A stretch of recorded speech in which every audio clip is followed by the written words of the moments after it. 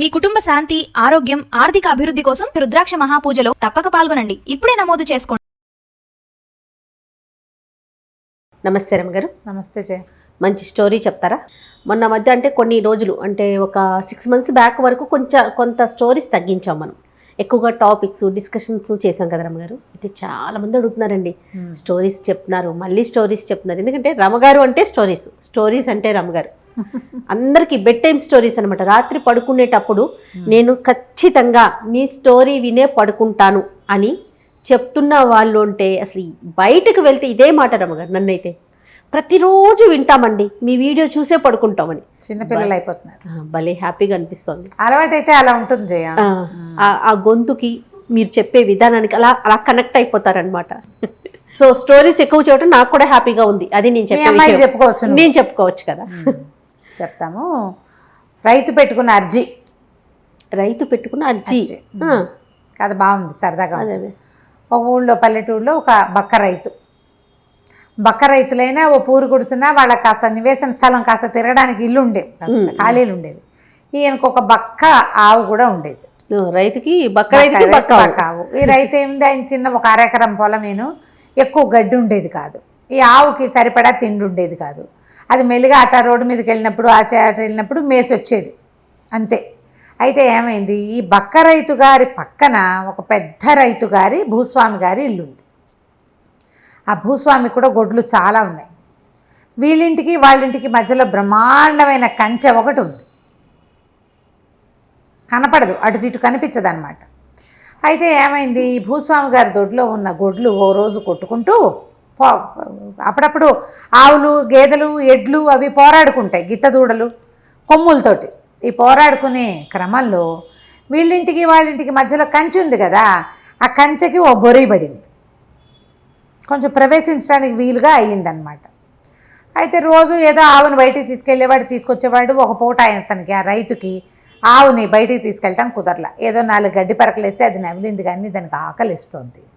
అయితే ఏం చేసింది, అది అలా కూర్చుని ఉంటే దానికి ఈ బొరియ కనబడుతోంది కదా, కంచెకి బొరియ కనిపించి అవతల ఆకుపచ్చగా వాళ్ళ దొడ్లో ఉన్న గడ్డి కనపడుతోంది, పచ్చిగడ్డి. వాళ్ళకి సొంత చేలు ఉన్నాయి, గడ్డి కోసుకొచ్చి పడేస్తారు పాలేళ్ళు. వీళ్ళకేముంది, ఇది రోడ్డు మీద చెరువు గట్టు మీద మేయవలసిందే, వాళ్ళకి అంత లేదు పాపం.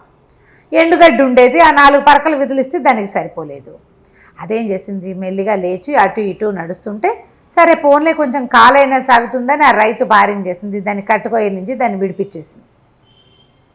ఎంతసేపు అని కూర్చుని ఉంటుంది, వాళ్ళు తోలుకెళ్ళే ఓపిక లేదు, అతను ఏదో పని మీద వెళ్ళాడు, ఈవిడకి ఓపిక లేదు. అది అటాటా తిరుగుతూ వీళ్ళ వాకిట్లో తిరుగుతూ చల్లగా ఆ కంచెకి బొరి పడింది కదా, ఆ బొరిలోంచి అలా దూరి వెళ్ళి గడ్డి మేయటం మొదలుపెట్టింది. ఆ వెళ్ళటం ఏమైంది, అది ఇంత సుమారుగా ఉంది, ఇది బలవంతంగా తోసుకుని వెళ్ళేసరికి అది కాస్త పలకమని ఆ కంచెకి పైన పెట్టినటువంటి ఫ్రేమ్ కూడా విరిగిపోయింది. ఈ వెళ్ళి పడింది అది. అక్కడ ఏమైంది, వాళ్ళు పూల మొక్కలు అవి ఇవి పెట్టుకున్నారు. ఆవుకి ఏం లక్ష్యం ఉంటుంది, ఆకుపచ్చగా ఉంటే చాలు. ఆ పచ్చిగడ్డి మేసి గొడ్లు కొంచెం బుసకొడుతున్నాయి. ఆ గొడ్ల వైపుకి వెళ్ళకుండా అది ఆ కనపడుతున్న మొక్కలు గిక్కలు, ఆకుకూర, తోటకూర అన్నీ తినిపారేసింది.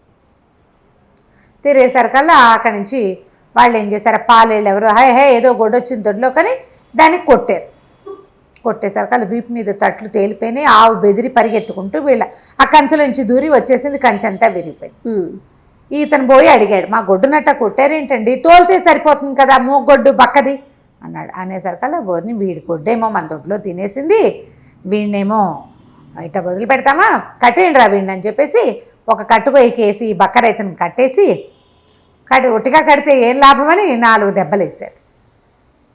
దెబ్బలేసి నువ్వు నీ గొడ్డే ఈ కంచెని పడగొట్టింది కాబట్టి కంచెకి డబ్బు కట్టు అనేసరికల్లా వాళ్ళు ఆవిడ వచ్చి బతిలాడి బామాలి, బాబాబు మా వల్ల ఏమవుతుంది, మా వల్ల కాదు, డబ్బులు ఎట్లా కొట్లా ఇచ్చుకుంటాం, ఇంకా దెబ్బలు కొడితే మనిషి చచ్చిపోతాడు, గొడ్డు మూలపడింది, మనిషి మూలపడేలాగా ఉన్నాడు, పడ్డాయి 4 గట్టిగా దెబ్బలు, వీటి మీద వాతలు తేలినాయి.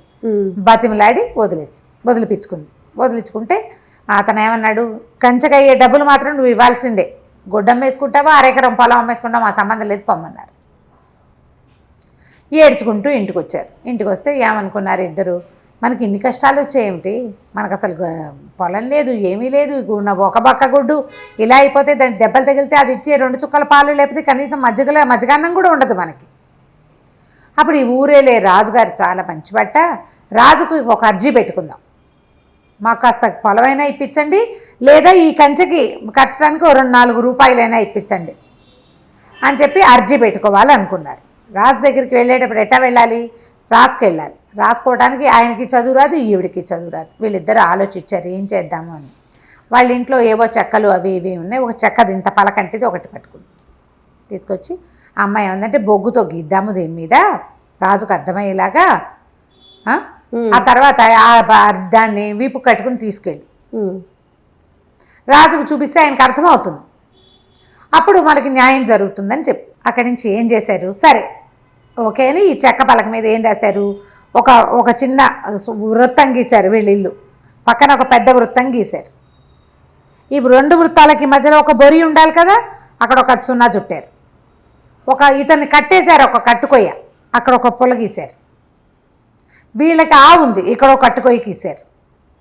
ఇక్కడ ఉండాల్సిన ఆవు ఈ బొరియ సున్నాలోంచి వాళ్ళ దొడ్లోకి వెళ్ళింది. అప్పుడు వాళ్ళ ఆవును కొట్టారు, మనం చెప్తాం కదా, అక్కడి ఇతన్ని అక్కడ కట్టేశారు. ఈ మొత్తం మీద వీళ్ళు గీసినవి ఏమిటి, చిన్న వృత్తం, ఇంకా చిన్న వృత్తం, ఒక పెద్ద వృత్తం, 2 కర్రలు. ఎంతో క్లియర్గా ఉంది, చూడు ఎంత క్లియర్గా ఉంది. సరే బాగుందనుకున్నారు. ఇంత వివరంగా ఉంటే రాజుకి ఎందుకు అర్థం కాదు? అదే కదా, అర్థమైపోతుందని ఆ చెక్క బల్లని వీపు కట్టుకున్నాడు, బయలుదేరి వెళ్ళాడు. వెళ్ళే దారిలో ఏంటంటే ఒక వాగు అడ్డం వస్తుంది ఊళ్ళో, పెద్ద ఊళ్ళోకి వెళ్ళడానికి. చిన్న పల్లెటూరు కదా, పెద్ద ఊరు వెళ్ళాలి. ఆ పెద్ద ఊళ్ళోనే నగరంలోనే రాజుగారు ఉంటారు. ఇతను ఏం చేశాడు, వాగు గట్టు మీద కూర్చుని తను పొద్దున భార్య ప్యాక్ చేసి ఇచ్చిన ఆహారం ఓపెన్ చేశాడు. 4 రొట్టెలు, అంత ఆవకాయన్నం, ఇంత పెరుగన్నం ఉన్నాయి. ఈ లోపల ఒక అతను వచ్చాడు అక్కడికి. వస్తే సరే అతను అడిగాడు, ఏమిటి ఎలా ఎక్కడికి వెళ్తున్నావు, నువ్వెవరు ఏమిటి అంటే, అప్పుడు ఇతను ఈ చెక్కబల్ల ఏమిటి అని అడిగితే చెక్కబల్లని చూపించి, ఇదిగోండి ఇది మా ఇల్లండి, ఇది స్టోరీ అని చెప్పారు. ఇది మా ఇల్లండి, ఇగో ఈ కట్టుకోయేమో మా ఆవు కట్టే ఇదండి, అక్కడ కట్టేసాం. అదేమో ఈ చిన్న కంతలో ఇంచి, ఇదేమో ఈ పెద్ద సున్నా ఏమో మా పక్క వాళ్ళ దొడ్డి, ఈ చిన్న సున్నా ఒక చిన్న సున్నా ఉంది కదా, ఇదేమో బొరి అండి, ఇందులోకి వెళ్ళిందండి. వెళ్తే సరే వాళ్ళు కొట్టారండి మా ఆవుని, ఆవు మళ్ళీ ఇందులో నుంచి పారిపోయి ఇచ్చేసిందండి. నేను వెళ్ళానండి, నన్ను ఇగో ఈ కట్టుకోయి కొట్టేశారండి, ఇంత అని వివరంగా బొమ్మ వేసుకుని రాజుగారికి చూపించడానికి అర్జీ పెట్టుకోవడానికి వెళ్తున్నామండి అంటే నవ్వాడు. బాగుంది, అర్థమైందండి మీకు అన్నాడు. ఎందుకు అర్థం కాలే, ఇంత వివరంగా ఉంటే బాగా అర్థమైంది అన్నాడు. సరే ఈ రైతు ఏం చేశాడు, తన దగ్గర 4 రొట్టెలు ఉన్నాయి కదా, ఈ పక్కన కూర్చున్న ఆయనకు 2 రొట్టెలు పెట్టి అంత ఆవకాయన్నో అంత మజ్జిగానో ఆయన పెట్టాడు. సరే తిన్నారు. తిన్న తర్వాత రాజుగారి దగ్గరికి వెళ్ళమని చెప్పి అతను వెళ్ళిపోయాడు. అతను ఎవరంటే మన రాజుగారే. ఆయన మామూలు బట్టల్లో ఉన్నాడు, ఎక్కడికో వెళ్తూ ఇదంతా కథ అంతా విన్నాడు. గుర్రం ఎక్కి వెళ్ళిపోయాడు. వాగులోంచి మంచినీళ్ళు దాగి మన రైతు కూడా బయలుదేరి రాజుగారి దగ్గరికి వెళ్ళాడు. సరే కాస్త 4 గంటలు 3 గంటలు అయ్యేసరికి చేరిపోయాడు. భోజనం అయిపోయింది, 3:30-4 గంటలకు వెళ్ళిపోయాడు. రాజుగారు ఇంకా ఆ స్థానంలోనే ఉన్నాడు. ఆయన ఇక్కడి నుంచి వెళ్ళటం ఆ స్థానానికి వెళ్ళిపోయాడు, వాగు దాటేసి. సరే ఈ అబ్బాయి నడుచుకుంటూ పోయాడు కదా, రాజుగారు మొత్తం నిండు సభలో ఉంది. బయట ఒక గంట ఒకటి పెట్టారు. ఆ గంట కొట్టేసరికల్లా ఎవరు గంట కొట్టినా లోపలికి వెళ్ళి వాళ్ళ అర్జీలు ఇవ్వచ్చు. సైనికుడు వచ్చి, బాబు నీ అర్జీ తీసుకుని లోపల రా, రాజుగారు సభలోనే ఉన్నారంటే సరే ఇతను లోపలికి వెళ్ళి ఆ బయట ఒక ఆయన ఉంచున్నాడు, ఓ పెద్ద మనిషి. తను చెక్క పలక వీపు కట్టుకున్నాడు కదా, ఆ పలక ఎత్తి ఆయన చేతిలో పెట్టాడు. ఆయన ఇదంతా చూసాడు. అంటే సున్నాలు, 2 పొలాలు, 2 స్ట్రైట్ లైన్స్ ఉన్నాయి, 2 గీతలు. ఏమిటి అంటే, అదేంటంటే అంత వివరంగా ఉంది కదా, రాజుగారి చూపించండి అన్నాడు. ఏమైనా అర్థమైతేగా అని ఇంకోటికి ఇచ్చాడు. ఆయన చూశాడు, అర్థం కాలేదు. పక్కవాడికి ఏం చెప్పాలో అర్థం కావట్లేదు. పైగా ఇంతమంది జనము, ఒక సింహాసనము, దాని మీద రాజుగారు, ఏమిటో విసనకర్రలు విసిరేవాళ్ళు, జనం గోలగోలగా, భయంగా, అంత భయంగా ఉంది వాతావరణం. మాట్లాడడానికి అవకాశం లేదు. అర్జీ ఇంత క్లియర్గా ఉంది కదా, మా ఇల్లు వాళ్ళిల్లు, మధ్యలో బొరియా, ఆవు కట్టుకోయా, నా కట్టుకోయా కనపడుతూనే ఉన్నాయి. 3 సర్కిళ్ళు, 2 స్ట్రైట్ లైన్స్, అంతే. బాగుంది, ఇంత వివరం కదా అదంతా. ఇక 10 చేతులు మారినాయి. 10 చేతులు మారాక రాజుగారు అన్నారు, ఏది ఆ పలక నా చేతికి ఇవ్వండి అన్నాడు. ఆ పలక చూసాక చాలా వివరంగా ఉంది, ఎంత బాగా రాశారు అని వెనక్కి తిప్పాడు. ఏమో ఇది మీ ఇల్లు కదా అంటే అవునండి అన్నాడు. ఈ కట్టుకోయ్య మీ ఆవును కట్టే కట్టుకోయ్య అవునా అన్నాడు. అవునన్నాడు. ఈ పక్క పెద్దది ఇది మీ పక్కింటి భూస్వామిది ఇల్లు అవునా అంటే అవును. మధ్యలో బొరి పడింది కదా కంచెకి అవునా అంటే అవును. మీ ఆవు ఈ బొరిలోంచి వాళ్ళ ఇంట్లోకి వెళ్ళింది అవునా అవును, జనాలంతా ఆశ్చర్యపోతారు, అక్కడ ఏముంది ఈయన చూసినట్టు చెప్తున్నాడు అని. భూస్వామి ఆవును కొట్టి నువ్వు అడగడానికి వెళ్తే నిన్ను కట్టేశాడు ఈ కట్టుకోకి, అవునా అన్నాడు. అవునండి అన్నాడు. ఇకనేమి ఇంత వివరంగా ఉంది, చాలా బాగా అర్థమైంది. సరే ఇంటికి వెళ్ళి నీ భార్యకి చెప్పు, రాజుగారికి మన అర్జీ అందింది, కావాల్సింది చేస్తానన్నారని చెప్పు, నాకు అర్థమైంది అన్నాడు. వీళ్ళంతా ఆశ్చర్యపోయారు, ఏమర్థమైంది ప్రభు, అందులో ఏముందంటే ఆయన చెయ్యి ఊపాడు, నాకు తెలిసింది అని. వాళ్ళందరూ వెళ్ళిపోయారు, ఎవరి దారిని వాళ్ళు పోయారు. ఇతను గుర్తుపట్ల అతను చూసింది ఎవరిని, ఒక మామూలు సామాన్య బట్టల్లో ఉన్న ఒక చిన్న గుర్రాన్ని ఎక్కిన ఒక కుర్రాడేం కాదు, 30-40 ఏళ్ళు ఉన్నాయి అనుకో. ఇప్పుడు ఇక్కడ కూర్చుని ఆయన దగదగా బట్టలు, పెద్ద ఇది సింహాసనము, తర్వాత ఏమో కిరీటము, వస్త్రాలు, దూరంగా ఉన్నాడు. ముందారు మనిషి పక్కన కూర్చుని అన్నం తిన్నాడు. ఇప్పుడు చూసే మనిషి అక్కడెక్కడో ఎత్తు మీద ఉంటే ఏం గుర్తుపడతాం, మనము గుర్తుపట్టలేము. హంగు ఆర్భాటాలన్నీ ఉంటాయి కదా, ఆర్భాటం ఉండేసరికి గుర్తుపట్టాల. సరే మీకు కావాల్సింది చేయిస్తాను, వెళ్ళిపోమన్నాడు. ఈ బక్క రైతు ఎంత బాగా చెప్పాడో, బాగా అర్థం చేసుకున్నాడు. రాజుగారు తెలివైన వాడు, అందుకే ఇంత ప్రజల్ని పరిపాలిస్తున్నాడు అనుకుని సంతోషంగా వెళ్ళిపోయాడు. మిగిలిన వాళ్ళంతా అడిగారు, మీకు ఎలా కనపడింది, మీకు ఏం అర్థమైందంటే, నేను ఇతన్ని ఇంతకు ముందే కలిశాను, అమాయకుడు పాపం, ఆ ఊరు పంపించండి, భూస్వామికి శిక్ష వేయండి, అతను వీళ్ళ ఇతన్ని కొట్టినందుకు, ఆవును కొట్టినందుకు 5 ఆవులు బక్క రైతుకి భూస్వామి ఇవ్వాలి.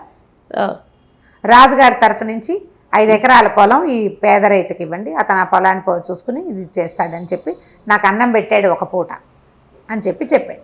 అక్కడి నుంచి వీడి ఇంటికి వెళ్ళాడా రైతు. ఇంటికి వెళ్ళి భార్యకి సాయంకాలం రాత్రికి స్నానం చేసి అన్నం తింటూ, ఏమే రాజుగారు ఎంత తెలివైన వాడో, భలే తెలివి, ఇలా చూసి అలా కనిపెట్టేశాడు విచిత్రంగా. కానీ 12 మంది ఉన్నారు ఆఫీసర్లు, ఒక్కడికి ఏమీ రాదు, వాళ్ళందరినీ పెట్టుకున్నాడు ఏమిటో ఆయన. చక్రవర్తి అలాంటి వాళ్ళని పెట్టుకున్నాడు ఏమిటో, అయినా ఆయన భలే తెలివైన వాడు, ఇట్టే పసికెట్టేశాడని చెప్పుకున్నాడు. మర్నాడు పొద్దున రాజుగారి దగ్గర నుంచి ఓ తాకీదు వచ్చి 5 ఆవులు వాళ్ళ దొడ్లో నుంచి వీళ్ళ దొడ్లోకి వచ్చినాయి, కంచె గట్టిగా కట్టేశారు, ఇతనికి 5 ఎకరాల పొలాన్ని స్వాధీనం చేశారు. కథ కంచికి మనం ఇంటికి. బాబా భలే ఉందండి, క్యూట్ స్టోరీ, సూపర్ అసలు. నమస్తే రమ్మగారు. నమస్తే.